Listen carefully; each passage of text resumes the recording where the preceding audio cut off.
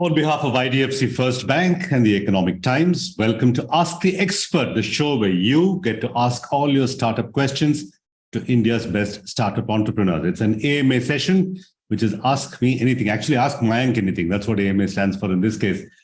Today's expert is Mayank Kumar. He's the co-founder and MD of the edtech unicorn upGrad. Now, like most startups, upGrad's road to becoming a unicorn was not without its challenges. One of those challenges is what's being called the funding winter that's currently underway. So obviously runways have shortened, money is tight. It's not easy to sustain a business in this environment. If you have any questions about starting a business, scaling a business, sustaining a business, or even when to quit a business, you can ask your questions in the chat box. I'll pose your questions to Mayank. Some questions have already come in from pre-registered participants. So I'm going to start off with some questions. Now, you've said in a previous interview that constant upskilling can be the UPI moment for India Inc. Now, I don't see the correlation between upskilling and UPI. Can you explain what you mean? First of all, thank you, Suresh, for having me here. I guess when I said that how it could be, constant upskilling could be a UPI movement is largely because I guess skilling and learning has always been associated with a moment of time in your life and your career, which is you have to do skilling when you are 18, 24, and after that, college, typically, yeah. Study in college, and after that you are just on your own and you sort of learn on the job. But I guess in today's context, what's happening is people are learning on an ongoing basis. Each of these learning module is adding onto your profile over a period of time. So today when I meet somebody, I don't ask them, where did you do your undergrad from? I ask them, in the last 4 years, 5 years, where all have you upskilled and what all have you upskilled on? I guess the more you get into these kind of conversation, these kind of questions, the reason I'm coining it together as UPI is because all the learning is getting captured in various forms and formats, whether through digital platforms or through physical or offline sort of institution. With Academic Bank of Credit that government has launched recently, where all the learnings can be banked at a certain place, an individual can dip into, an employer can dip into figuring out how skilled or upskilled an individual is. So I guess the fact that you have to constantly upskill and it's no longer a moment of time initiative or an event in somebody's life, but a more a constant sort of engagement. The fact that each of these skilling and upskilling is getting recorded, the fact that employer will now have visibility of what you have learned, I do believe that it's similar to what a UPI moment is, because everything coming together where learning is no longer an event, but a continuous process. Okay, and you can also buy it and invest in granular methods, I guess, not like a 5-year college degree kind of system. Yeah. Okay, that brings me to the obvious next question. Can you identify the top 3 skills that young professionals or young startup founders should invest in? Yeah, it's a tough one. I guess a lot of time people ask this question as to what are the skills that people should invest in. I think the first one for me very clearly is resilience. And I do mention this, Suresh, in various conversations, that it's very difficult to beat a person that shows up every day. You can beat somebody who's highly skilled, but it's very difficult to beat a person who definitely shows up every day. So having the resilience and the perseverance of coming back at it, because as a founder, I guess you will have more bad days and good days, and you need to be resilient to come back again and again on the bad days and not get bogged down by not get bogged down by 1 or 2 sort of setbacks and failure. So that's definitely number 1 in my list. The second one for me has to be the fact that as a founder, you need to learn something new regularly, but you need to always leave your past behind on an ongoing basis. So I guess you have to always constantly reinvent and innovate on an ongoing basis. So sometimes this context of unlearning, which is not sort of spoken a lot about, does end up becoming a lot more critical for a founder than just learning. You need to have the skill of learning and picking up new. You're saying you need to learn how to unlearn. That's a skill that you need to learn. Okay.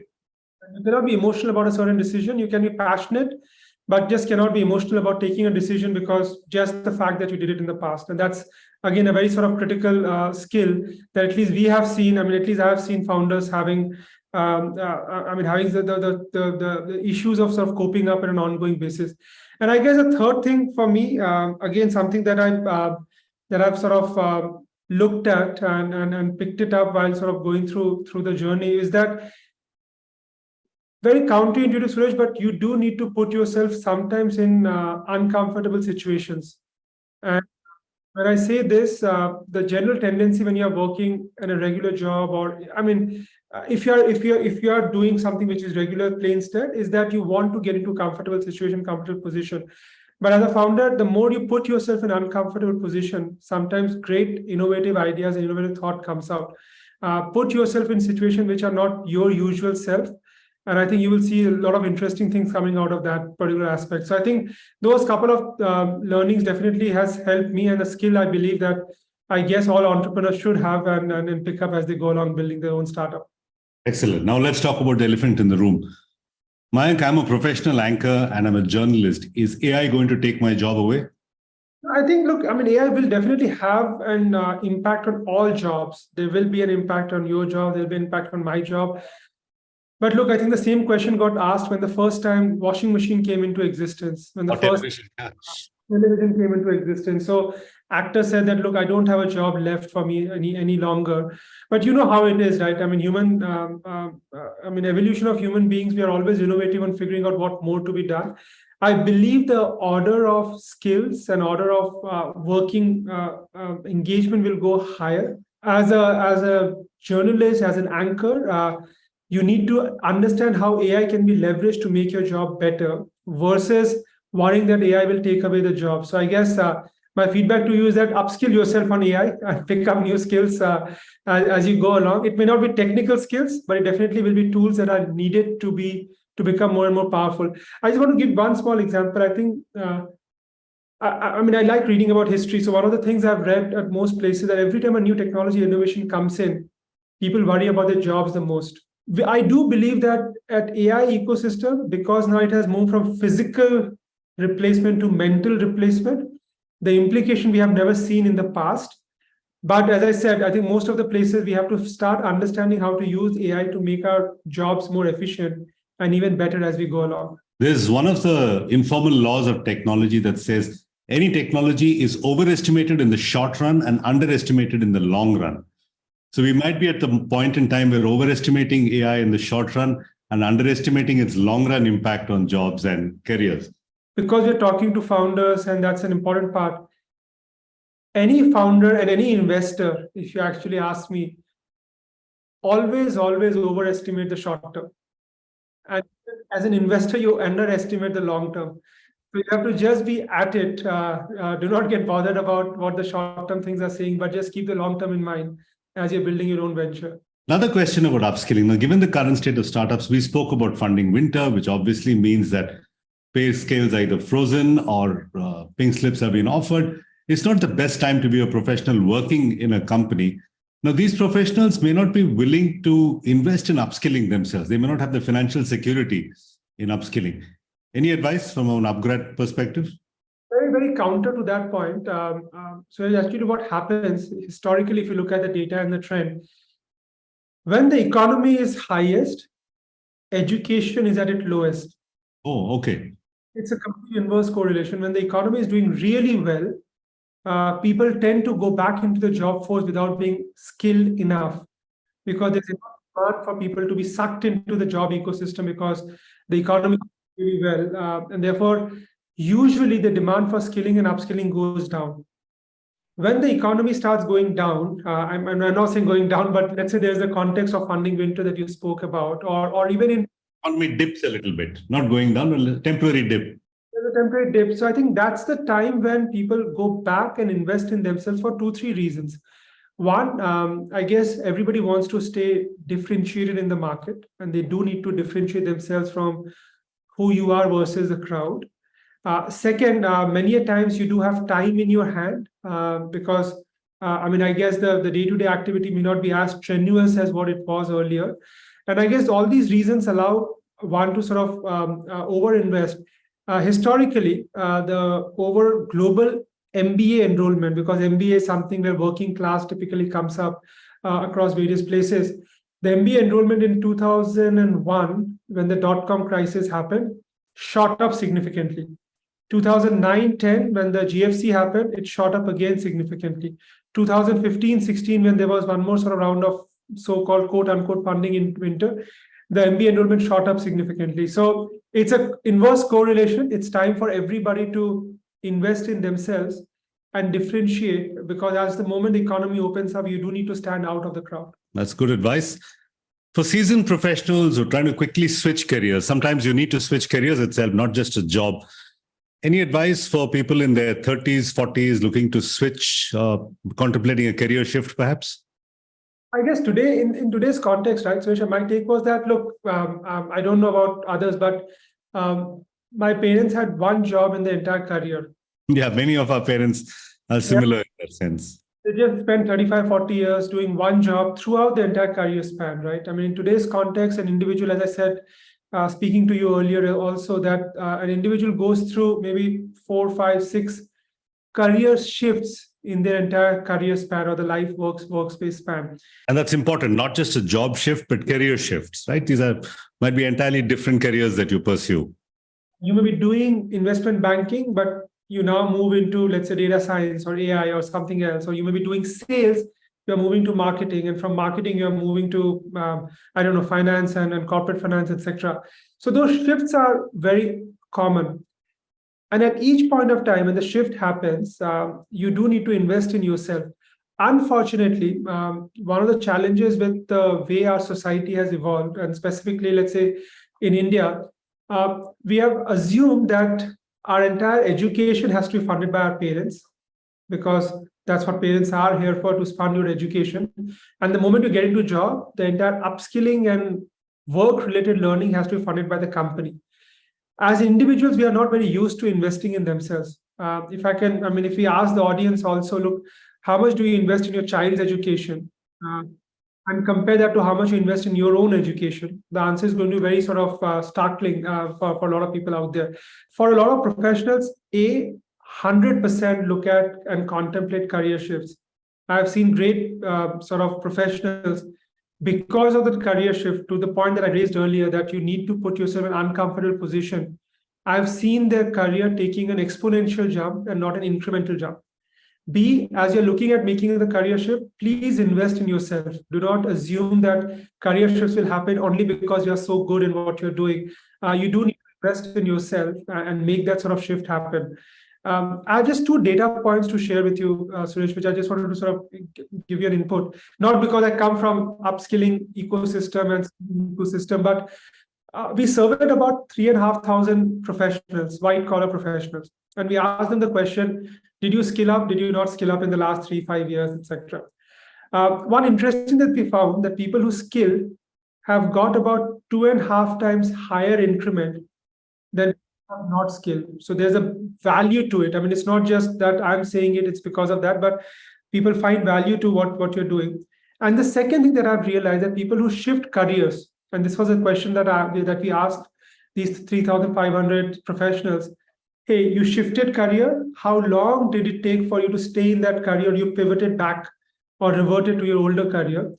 And again, the data that we saw was the people who have invested in themselves tend to pivoted career for far longer than people who have not invested, because they haven't gone through the grill and rigor of doing it. So do invest and do ensure that you are staying ahead of the curve as you go along. Mayank, one of our viewers, Asim Kapoor, says, and I think Asim would like to enter the market for a new supplement. I imagine a protein supplement. I know you're not in the food or health food business. He says entering the market for a new supplement brand can be a challenging endeavor, especially in an industry with intense competition. There are many different protein supplements in the market and shrinking profit margins. So he asks, to succeed in such a market, i.e. intense competition, shrinking profit margins, how should he craft his value prop? I guess just very important, that there are 3 questions that you always need to ask as you're starting your venture. And I guess I don't understand the supplement business very well. So I'm assuming that when you're talking like this, you mean that there's limited differentiation, because one protein powder, another protein powder, roughly the same constituents, I think, go into the protein powder, roughly. If there is lack of differentiation, please remember that industry is bound to become a commoditized industry. And as you get into commoditized industry, making the profit margins are very difficult. So the 3 questions that people always need to ask, and the second one is the most critical one. The first one, is there a need? And I guess there is a need for protein supplements, and therefore it exists out there in the market. Can you monetize itself? again, I think the answer is yes, people are paying for protein supplements and therefore you can monetize it. There's a need for bubble wrap, Suresh, but you cannot monetize it. Correct. And for the third question, which is, of course, what is it that you do that others will find it difficult to replicate? Quote, it's called differentiation. It's not positioning, it's differentiation. So there has to be an insight to our listener that, look, you do need to see this in a light that there has to be a unique value proposition that you're bringing to the table. Whether it is just the protein supplement, but with a, I don't know, 6 month of counseling services along with that, or the protein supplement has got certain ingredient which otherwise are not found in other places because it's difficult for them to sort of copy and replicate. I think you guys have to go back to that one single truth that you believe in, that others don't believe in, and work hard on the differentiation. I guess a lot of time as founders, we spend a disproportionate time in understanding how do I position my product. I think we should spend disproportionate time in understanding how do I differentiate my product. And the only thing I have to ask is, what is it that I do differently that others will find it difficult to replicate? And that's a question that I guess I will sort of give as a feedback, that figure out what do you do differently, where do you spend the most amount of time and energy into, that other competitors of yours will find it very difficult to sort of replicate. Okay, next question from Mohit Jaiswal. Fairly simple question, Mayank. Mohit is contemplating starting an IT services company. He says, like Mindtree and TCS, everyone else is working on innovative products and not services. Do you think there's any room left to start an IT services company?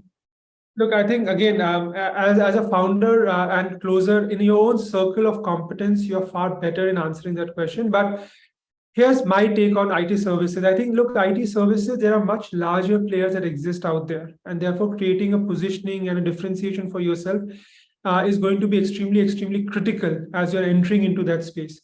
Whether you take up the AI bandwagon and ensure that the AI bandwagon is something that you are able to provide a strong services into. The reason why a lot of these IT services companies are going into product side is largely because their business model are very simple, right? I mean, there's an individual and you have to charge that individual to the customer. So if you're charging 50,000, 60,000 US dollar per individual to a client, how do you move it from 50, 60,000 to a 75, 125, $150,000 per individual per year? And in that movement, a lot of people are moving towards product. So if you ask me today, the white space that exists is that there are no strong products coming out of India. So between services and products, my obvious choice will be on product.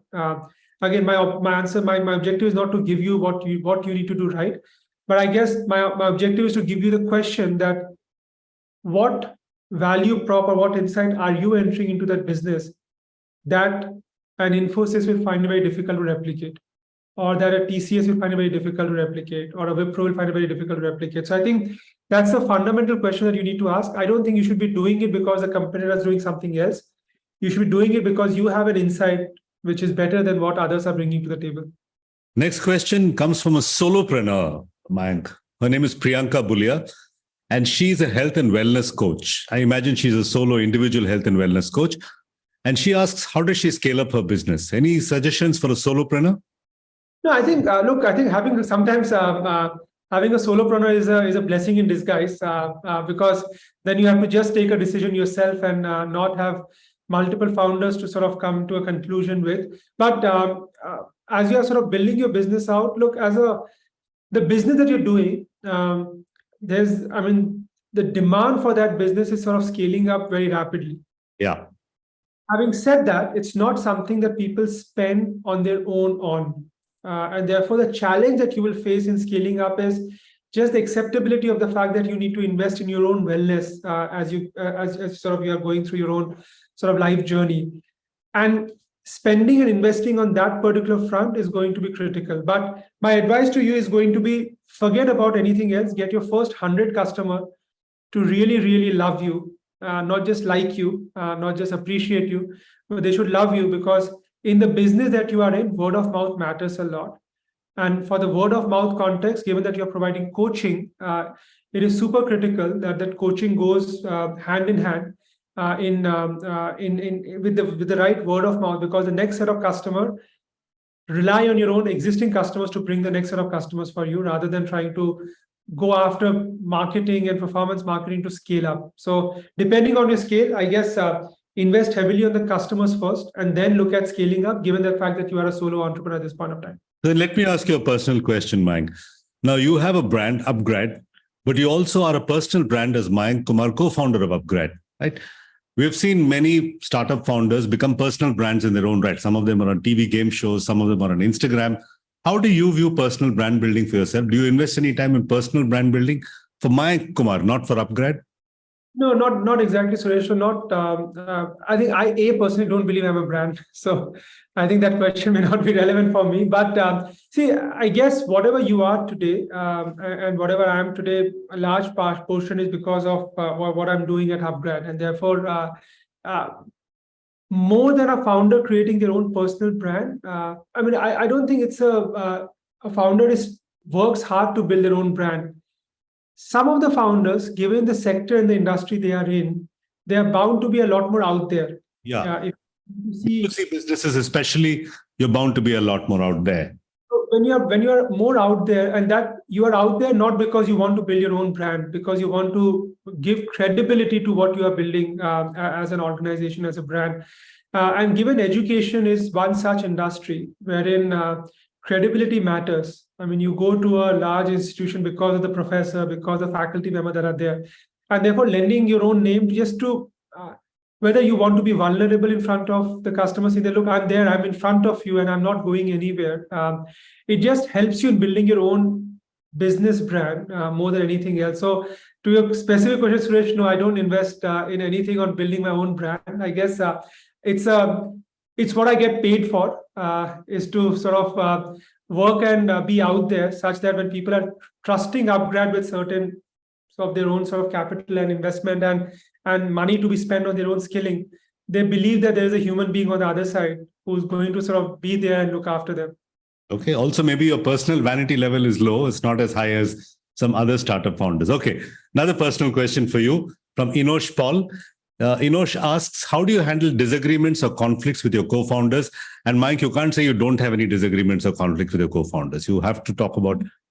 Maybe I should ask you that question so that I can get some tip in sort of picking this up. No, look, I have a very clear formula for this. Inosh, when you're building something out with a co-founder,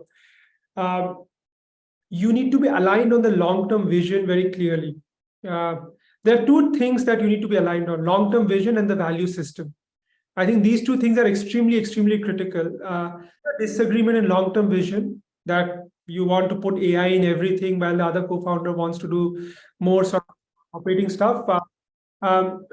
It creates friction, and the value system has to be very aligned. I think these two things are extremely critical when you are sort of building a long-term company. At different points of time, given situations change and things sort of move whether left or right, there could be certain divergence that may come in either on the long-term vision or the value system. By value system, I mean just the way of working things and way of sort of execution, way of getting things out in the market. The moment that happens, you need to introspect and ask that question: that are these irreparable sort of issues on these two axes of value system and just the value system as well as the long-term vision, or are these something that can be sorted out in conversations? On all other aspects, just to be very clear, there has to be very clear line stating that the two co-founders or the three co-founders or the five co-founders, they are A, B, C, D, E, that each one of them are going to drive.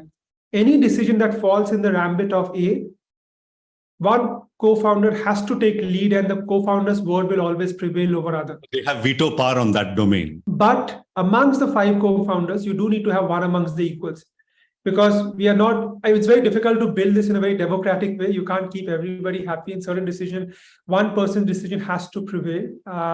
So I guess where I talked about value system and way of operating, you do need to divide roles and responsibility very clearly, and therefore give veto to the person who's owning one particular role and responsibility. But in case of disagreement, and there could be points of view when people say, no, it's how it has to be done. Identify who's the first amongst equal to build this out. Even in an actual democracy, I think roughly the same thing works. You can have a lot of voting cross back and forth. And finally, it's the first among equals who has to make a decision, he or she. Okay, Abdul Rahman asks a very simple question. Abdul Rahman says, how does one find an angel investor? So how did you find your angel investor, Mayank? So just maybe I'll come to the angel investor question from Abdul. But so just one more point that this is very, very critical, because I know that we have just answered the co-founder conflict and moved on. Go ahead. But when it comes to co-founder, you have to always revisit every quarter or every monthly that, look, that's a long-term vision that we are working on. And these are our value systems. These two things, the more you emphasize, the more you articulate, the more you speak it out loudly, you will see that the conflicts will not emerge as much. There are certain conflicts that are very easy to resolve. Once you sort of know that these two things are not getting compromised, everything under the sun can be easily sorted out and solved. And therefore, having that conversation on these two aspects is on a regular basis very, very important as you're working something together. So to Abdul's question, so this was around angel investors, how to find one? No, look, I did not have, I never had an angel investor. I and my co-founder, Ronnie, Falgun, and Ravi, whom we came together earlier, one amongst the four co-founders decided to say that, look, I'm going to invest the first set of capital, which Ronnie sort of agreed on doing it. So we never went out and got an angel investor. But again, if your question is specifically how do I find an angel investor, they say friends, family, fools are always the first set of people that you should go to. But Abdul, I think it's important you find the right person in the circle of competence in which you're building your own venture in.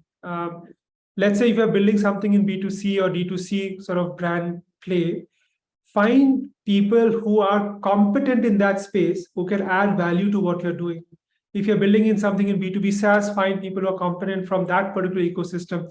See, I guess money is available at various places and various sort of corners, but it's important that you do look for people who can add value over and above the money that they can provide. So if the hypothetical question was, if I had to find an angel investor in the circle, in the area that I'm building out, I will look for the right set of people and approach them.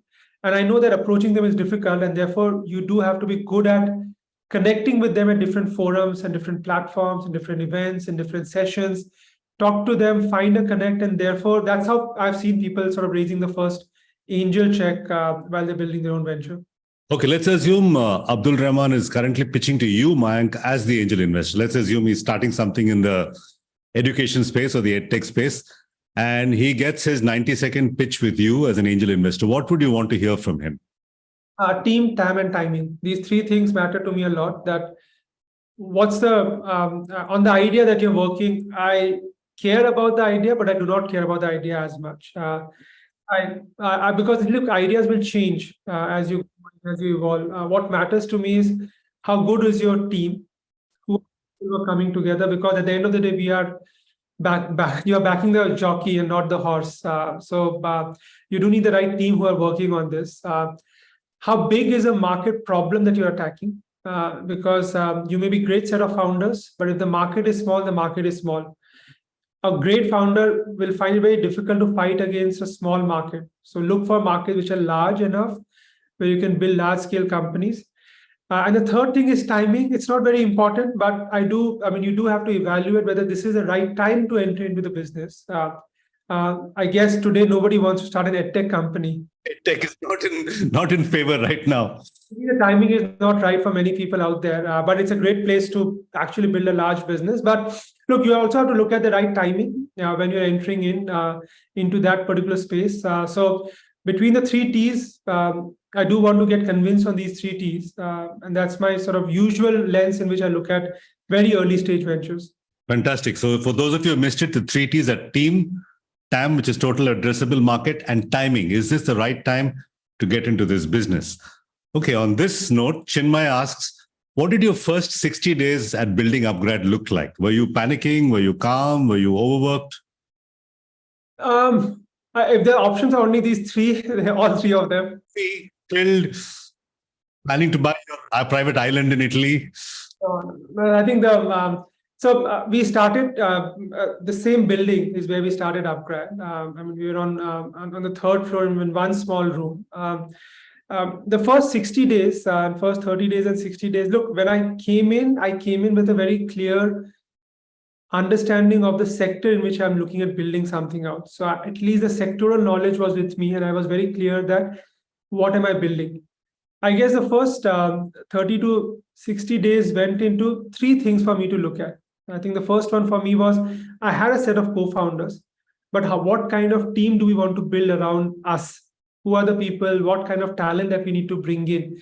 So a lot of thought went in. If I have to build that, but if I have to solve this particular problem statement, and I guess Suresh, I raised that point that what is it that you do that others will find it difficult to replicate, and therefore you hire people to do that thing, because that's your core and most important thing. So what kind of team and what kind of org that you want to sort of build in the process, that was very critical for us to sort of understand. The second thing that we did, because we were in the B2C business, was talk to a lot of customers and a lot of competition. While I understood competition given my sort of sectoral knowledge, I did have to spend a lot of time in talking to the consumers, just to know how are they thinking, what are they thinking, why do they want to buy a skilling program, what else can they do to sort of not spend on this versus spending on something else. And the third one for me was very clearly focusing on the customer experience and the product. What are we going to build at that point of time? I think these three things were unknown to me, and that's why spending a fair amount of time on what kind of team that we want to build, how do we understand the consumers better as to what they're looking at, and then working on coming out with what's the product that we can build to help resolve what their problem that they're looking at solving at that point of time. Next question comes from Suman Thapa. It's live on our YouTube channel. For those of you who have questions, and please type them out in the chat box on the YouTube channel, and we'll put your questions forth to Mayank. Suman Thapa asks, can you share a significant challenge, an example of a significant challenge or obstacle that you and your co-founders faced together, and how did you overcome it? A real life example that you faced. I think, Suman, that it's not a significant challenge that I can think of, but every day is a significant challenge. So I think every day something new comes up. But I'll give you some early days, because I guess a lot of us out here are just into the entrepreneurial journey or just about to start the entrepreneurial journey. So I think at the early days, when we were starting off, look, we were starting something in the online education space, and I'm talking about 2015. And 2015 was the time when all online programs were either free or very, very cheap at very low price. And I came with a very clear school of thought that unless the product is, we are not doing a cost plus pricing, but we are doing a value-based pricing. What is cost plus and value-based? Can you explain that for our viewers? Usually there are three ways in which people price the product. They say, okay, what's the cost of manufacturing and producing and delivering the product? Let's add a profit margin, and that's my pricing that I will go for. The second is a competitive based pricing, that you can look at the market and say, what's the competition pricing it at? And you look at discount or a premium over or below that right now. And the third one is a value based pricing, because you're providing a value and therefore you can price it at a certain level. And therefore, I was very clear that if you have to be in education, you have to be the value-based pricing. Harvard charges whatever that they charge only because that they can deliver on value that they're bringing to the table. But the cost pricing of Harvard may be 1/3 of what they're currently charging. So we wanted to be a value-based pricing approach. And at the early days, Suresh, we took a lot of counterintuitive call. Everybody told us that, look, online education should be free or cheap. We said, no, we'll price our program at tickets as a 50,000 and 2 lakh rupees. Those were our first two price points, which is very expensive. Everybody said that online program should be short duration, 1 month, 2 months, 3 months. We said it's a 6 month to a 1 year long program. Okay. People said that, look, if you're doing that price point product, then you do need to have some bit of offline component. We said, no, we'll have only online component in the journey. So to the question that Suman asked, that these were the thoughts that we had to take in able to sort of launch upGrad in the first part of our journey. And I guess when we are looking at these problem statements, we realize that, look, the market is not there. And I had zero sort of historical data to prove that this will work. I don't think I'm answering a very clear answer for you, Suman, but at that point of time, you had to go with your gut that this is what you believe in, and this is what you need to make it work. Not that it has worked earlier, not that it has some precedence, not that there is historical data to back you up, but you believe that this is how things will happen. And that's what, when I said earlier, that you need to have one insight that many people will not believe you in. But you believe in that insight so much that you will back yourself completely to the hill. So I guess, Suman, that some of these challenges where that you tend to look at the market very closely and try to replicate what the market is saying, without going into your own insight as to what you are bringing to the table to solve that problem. And that was the approach that we did to solve for some of the early challenges as to how we want to position, where we want to launch, and what kind of product will take and will take it to the market at the early stage of our journey. Let me add to Suman's question, Mayank. As we spoke a little while ago, EdTech is currently not in favor for obvious reasons. And second, we have what's called the funding winter. These are two very present challenges in your business. How are you dealing with these two challenges?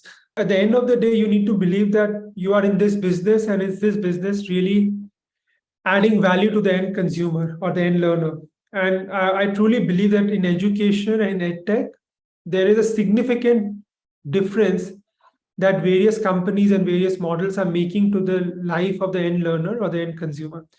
Yes, because of COVID, there was an irrational exuberance. And with coming down, that irrational exuberance has now normalized. But people and founders who are grounded, who knew what was irrational and where the bubble was, and they knew where they should be holding the ground in, are really doing well even today. And they are really seeing the growth even in today's sort of context. So perhaps because of one or two instances, I don't see EdTech as a macro event changing. Education is here to stay. Education using technology is the only way that this country can train and skill and teach millions and millions of learners out there. So from an EdTech perspective, I never had an issue. Yes, there could be a press release or one or two sort of companies that may say that the sector has got certain issues, but I believe in the fundamental macro. I believe that the education and technology marriage is here to stay. And I believe that there's enough number of people who will get impacted because it's true impact. It's not just some fake impact that's happening out. The second point on funding winter, look, if you have seen the ecosystem long enough, you know that it comes and it goes. When there's a winter, you finish it off and you land up in spring, and then you get summer. Like regular winter, like we go through regular winters every year and we survive them somehow. So the winters are here. These are temporary things. As a founder, you are here building the business for the next 30 years or 40 years or 50 years. So you will have maybe 30, 40, if not, or at least 5, 6, if not 30, 40 winters in your own sort of entrepreneurial journey. So I think these things are part and parcel of what's happening. I guess the good part of irrational exuberance going away, and then funding winter is that a lot of founders are very much focused on absolute sustainable growth, and therefore cost with the right lens, looking at what is growth at any cost versus growth at the right cost, looking at sustainability with a tighter lens and a very sort of stronger lens. So even at upGrad, we have been sort of, while we were not funded by anybody for the first 5 years of our journey, therefore frugality is something that we definitely capture. It is still very important for us to always keep on going back to the fundamentals that, look, what cost should we have, what cost should we not have, what growth should we have, and what growth should we not have. And that's the constant conversation that we are having at upGrad to ensure that we are building a company that is there to sustain and scale up in the long run, and not just depend upon external investment to sort of drive scaling up. There's a very interesting, amongst multiple investors that you see, right, Suresh, out there in the market, people ask me, what kind of investor do you like the most? I say the best investor that can come to you are your customers.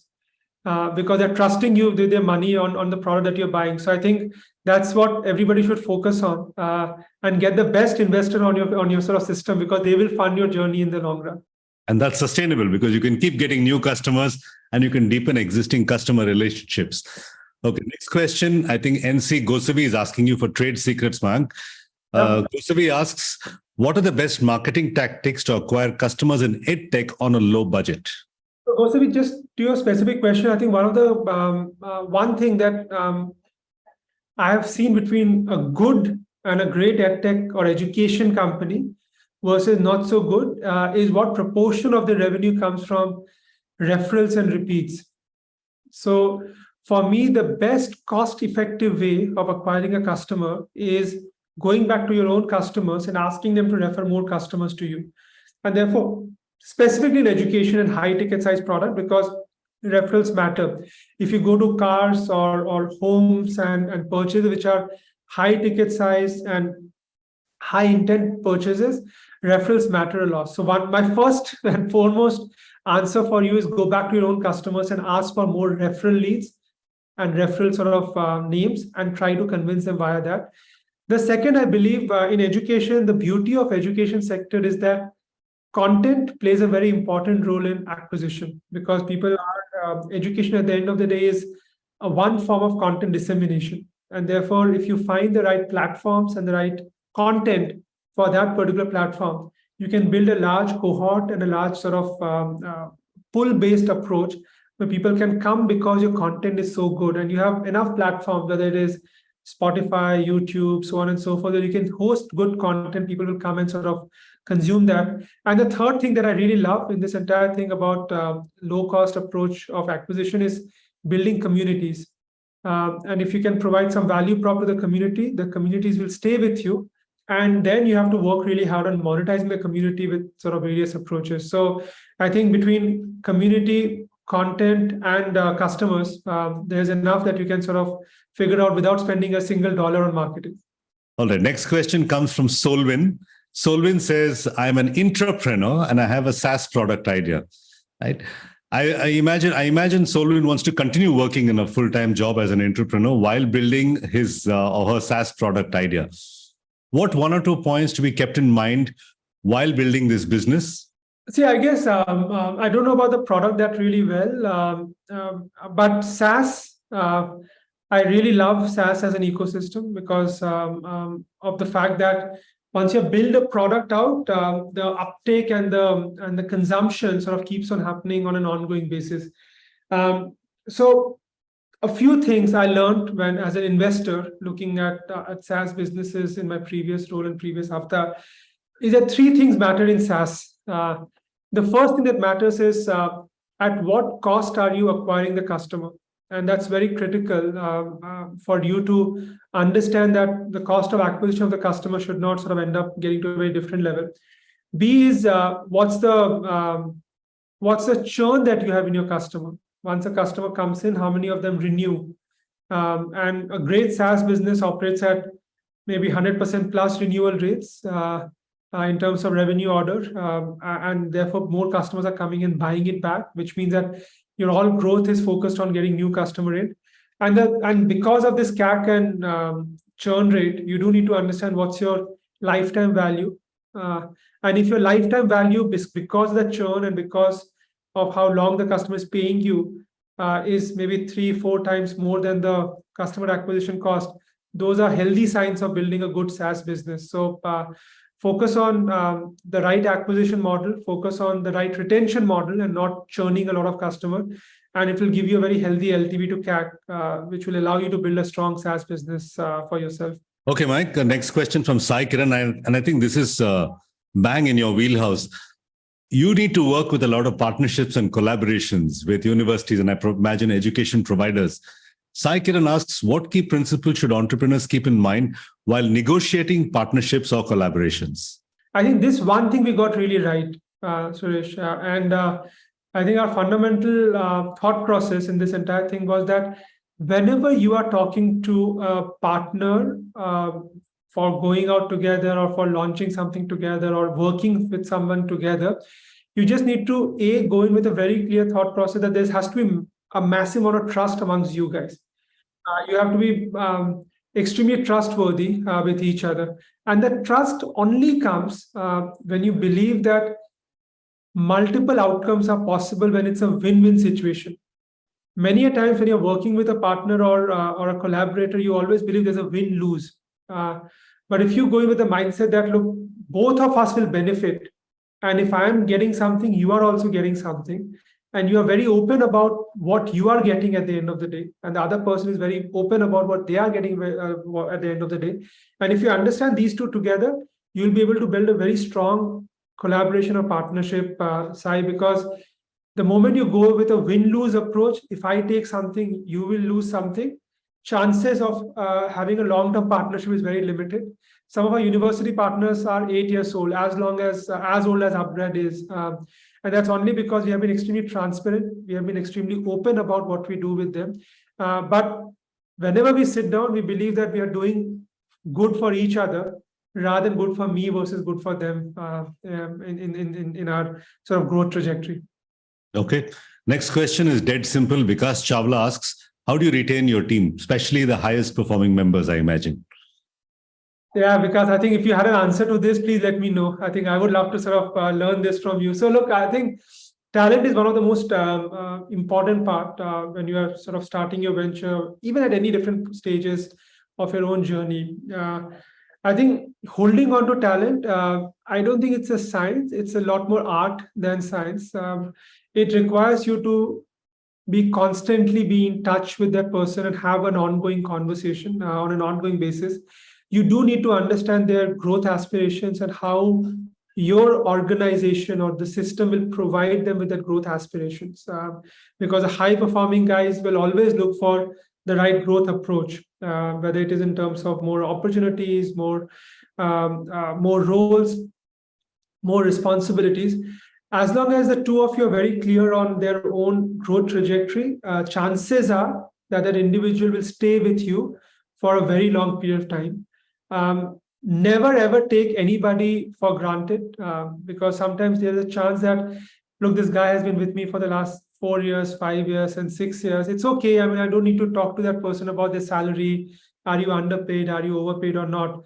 But constantly evaluate what is the right compensation and what is the right sort of salary and what is the right sort of commercial arrangement that you need to have with that individual. Because sometimes you would notice that people who have been there in your system for a very long time, their average salary will be lower than people that you have hired recently, because they have been through, therefore they haven't had the hike that they would have otherwise expected. So you do need to constantly revise and go back on the compensation, etc., to sort of relook at it. But between these three, four things, I'm sure that people will stay longer. The most critical thing amongst all of this is the belief in the long-term vision that the individual should have in what you're building. I think that's one thing as a founder. Your job is to constantly articulate and message and re-emphasize that this is where we are headed towards, and therefore your role is adding me in my journey to reaching to my vision of being whatever that you want to be in that organization overall. Next question, Mayank, comes from Sandeep Kumar. Sandeep asks, what criteria do you use to evaluate the potential risks and rewards of a business decision? Do you have a simple matrix that you use for risk and reward decision making? Mark, I think for me, Sandeep, the main thing is from a risk reward perspective, I just sort of I only look at see, many a times you evaluate and you think and you overthink what are the risk and what are the reward. I just go in with only one thing: what is my worst case scenario? And as long as my worst case scenario is sort of palatable to me, I move ahead. Because look, at the end of the day, you will have more failures than successes, and therefore, in the context of that, just go in with the thought process: look, what's the worst that can happen? Will you shut down my company? Don't take that risk. But take risk and sort of put yourself in situations where you know that what's the worst case scenario, and if the worst case scenario is palatable, go in with the approach, because you know that many a times we ask the question, what if it fails? Sometimes you do need to ask the question, what if it succeeds? When you're asking the question, what if it succeeds, the only thing you need to know is that the cost at the worst case is going to be bearable for you to go ahead and sort of launch the new product or launch the new business or take the right business decision. All right. Next question comes from Adya Menon. And Adya says, upGrad has expanded internationally recently. Could you elaborate on the challenges and opportunities when you take your business beyond Indian borders? So look, I think in general, I personally believe that India is a very, very large market. And therefore, there is enough scope to build something big in India. The only reason why one should look at internationally and expanding into international segment is if you can leverage what you're building in India for global markets. So a great SaaS product will work well, a great pharma company selling in the global market will work well. But you need to be very clear that it should not lead to duplicating what you have done in India in different markets. So I think one of guiding principles had been that what can we take as a base that is already built in and build on top of that as you go and expand in international markets. That's number one that Adya will look at when we are looking at expanding internationally. The big challenge that comes in the process is that whatever that we have built is very strong in India, and therefore the brand reciprocate and resonates with the Indian audience. But the same does not happen when we go internationally. So the challenge for us is, while we can take the learning capabilities and the learning product and take it internationally, we cannot necessarily take the marketing work that we have done or the brand that we have built internationally. So the challenge for us is to build the right sort of credibility out there. And every market has got a little different nuance of building that credibility. And that's what we work towards in solving as we are looking at expanding in international markets. So therefore, sometimes, Adya, for us, organic expansion would make sense because we can take the capabilities and we know how to build credibility out there. But many a times, inorganic opportunities or M&A could make more sense to us because we can take the advantage of the India presence in terms of either cost arbitrage or execution arbitrage, but leverage the distribution capabilities that the acquired entity brings to the table. So that's how we look at international expansion, with capability being in India and looking at expansions and distribution across the world. Okay, Radhesham Dikshit asks an excellent question in my view. Radhesham says there seems to be a fine balance between being persistent and pushing a product idea versus deciding when the right time is to quit. Yep. When do I know when I should quit the business? Look, I think nobody will come and tell you when to quit the business. I guess, I mean, it's a lot more gut feel, but I'll just give you 2 points that by being persistent, I do not mean be emotional.